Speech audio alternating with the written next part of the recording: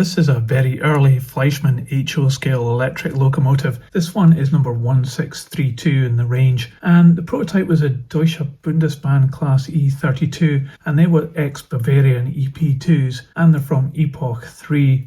I believe this model was introduced in the late 1950s or maybe early 1960s, and it was phased out by the mid 1970s. So it's quite an old model, this one, maybe around about 50 years old. So it's going to have some quirks, I bet. I think this vintage model is going to be really interesting to look at, and also if it runs, it would be fantastic. So let's get this out the box and we'll check it out.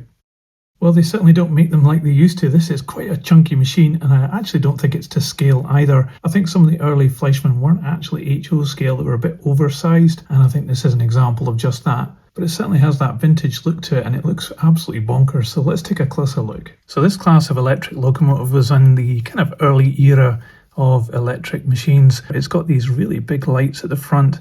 I'm not sure if they illuminate, but we'll give it a try. But you can already see that we've got windscreen wipers here picked out in silver, and also the door handle and the door surround. The glazing isn't flush fit, of course, and you can't really see through it either. I think it's just all motor inside here. The number's pretty clear though, printed down here. But there is a screw right in the middle of the front of the locomotive. It also has another lamp up the top here, and it looks like it's a one-piece moulding with the top being painted silver. It's actually been done really well. So looking down the side, this is number one end. You can see that with the one here picked out in, is that silver or white? I think it's white actually. And then we've got silver surrounds around these windows on the door and also on the engine compartment. We've got metal handrails coming down here, which are extra pieces added in. I really like those. And we've got these steps here, which have survived as well with white painted on them, as has this and this little pieces of white. I suspect maybe that's been done by a previous owner rather than from the factory. But you can see the printing on here is actually really clear. The Deutsche Bundesbahn is very easily read as this number here. This window is a bit odd because it's got something sticking out, but I actually think that's probably a switch to go for overhead pickup or two-rail operation. We'll give it a go in a minute, but first I'll take the body off in a moment.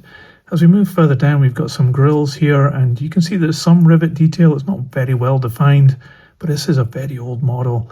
But I do like how it's got the black line in here printed on, or it might be actually painted on. Coming down this end, we've got some more printing here, and number two end here, obviously.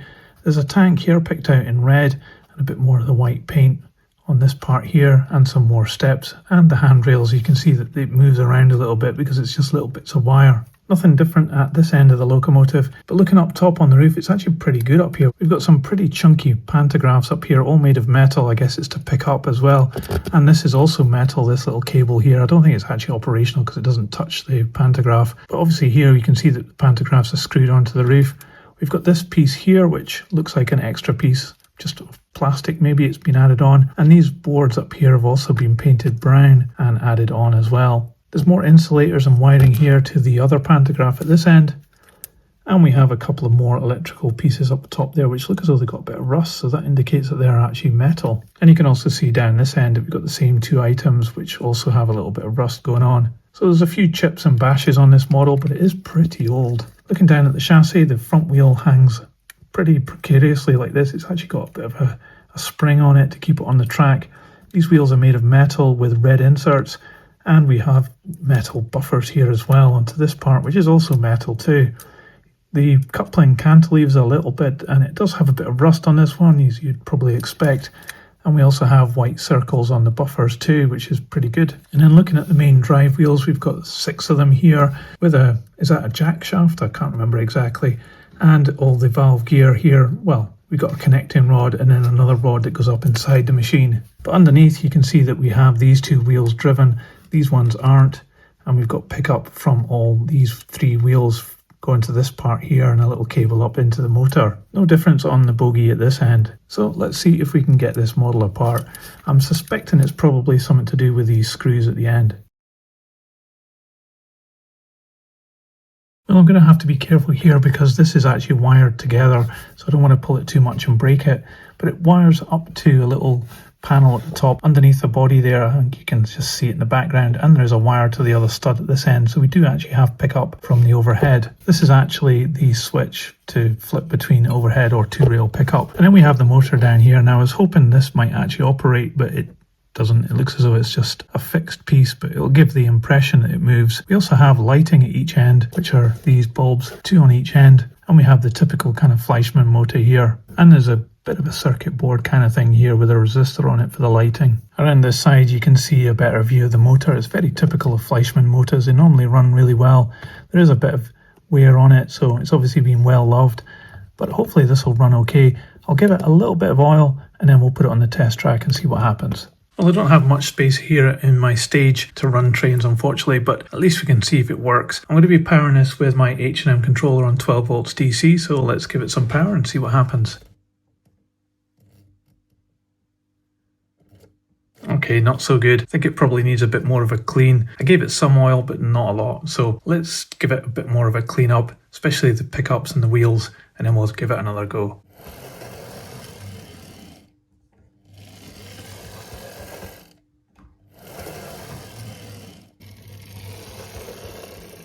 Well, that was quite funny. I was kind of cleaning it and then it was still not really working that well. So I cleaned it some more and it still wasn't working that well.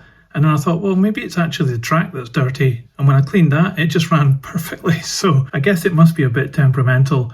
It is a very old model. It's older than I am. And I'm a bit temperamental as well if conditions aren't right. And so, you know, I can forgive this locomotive, but it has pointed out that the track is a bit dirty, so I had to clean that. Anyway, I did mention it's quite a heavy model, so let's put it on the scales and we'll see how much it weighs. So this model weighs 441 grams. So Fleischmann's model of this 132 electric locomotive, well, it's certainly an old survivor. It was a bit temperamental to begin with. I had to give it quite a clean, but that's understandable. It is, you know, pretty old, but it is remarkable that it still runs on modern day Hornby track, and it actually runs really good too. It's quite a heavy model and it is quite crude as well, but it does have some pretty cool things on it. Like it has pantographs with switchable overhead pickup. It has directional lights on this, and it has these extras like the handrails, which look really quite cool. Overall, it makes for a wonderful vintage model, and it proves once again that Fleischmann made models that last the length of time that this one has. I'm really quite impressed with it, and it also has a lot of character.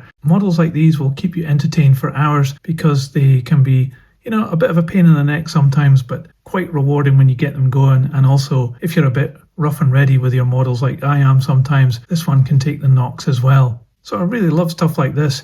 It's a thumbs up from me, but what do you think about this locomotive? Let me know in the comments below. I'd love to know your thoughts. And if you liked this video, don't forget to give it a thumbs up. It really helps this channel. So I'll put this on the turntable so you can see all the way around. And that's it for this one. Thanks for checking out this loco with me, and I'll see you on the next one. So model train, model world, choo choo, model trains, tiny in tiny worlds, choo choo, model trains, tiny model worlds, choo choo, model trains, tiny in tiny worlds, choo choo.